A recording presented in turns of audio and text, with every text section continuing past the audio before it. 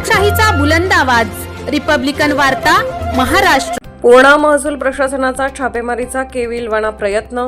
पूर्णा तहसील व महसूल प्रशासनातील अधिकारीच करतायत कुंपणाचे शेत गिळंकृत। बातमी येते पूर्णा परभणी जिल्ह्यातील पूर्णा तालुक्यातील झिरो फाटा कळगाव येथे शुक्रवारी पहाटे छापेमारी करून एक मातीचा हायवा टिप्पर तसेच 2 वाळू उपसा करणारे तराफे पूर्णा पोलिसांनी जाळले।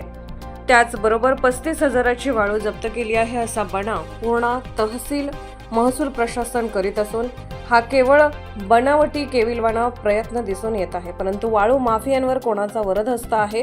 अवैध मुरुम वाळू माती हे महसूल प्रशासनाच्या नाकावर टिचून चोरीला जात असताना सुद्धा याकडे कुठल्याही महसूल अधिकाऱ्याचे लक्ष नसून यांचे कुठेतरी आर्थिक हितसंबंध किंवा अधिकाऱ्यांचे लागेदोरे तर नाहीत ना, असा प्रश्न जनतेच्या माध्यमातून विचारला जात आहे।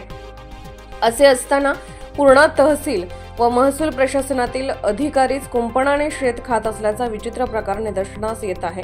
कोट्यावधी रुपयांचा शासकीय गौण खनिज वाळू माती मुरुम दगड खडे गौण खनिज तस्कर माफियांच्या माध्यमातून शासकीय विकास कामांच्या बेईमान गुत्तेदारांच्या घशात घालून अधिकारी आपले उखळ पांढरे करून घेत आहेत आणि महिना 2 महिन्यात एखाद्या कार्यवाहीचे नाट्यमय घटना रंगवून जनसामान्यांसह वरिष्ठ अधिकारी व प्रसार माध्यमांच्या डोळ्यात धूळ फेकण्याचे काम करीत आहेत।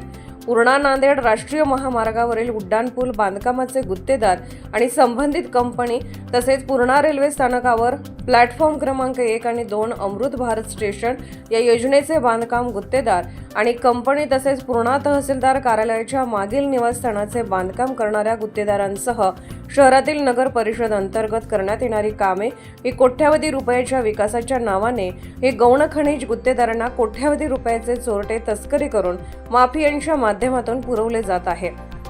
असे असताना तहसीलदार व महसूल प्रशासन अधिकारी कुंभकर्णी झोपेत आहेत की काय व झोपेचे सोंग घेत आहेत असेच दिसून येत आहे।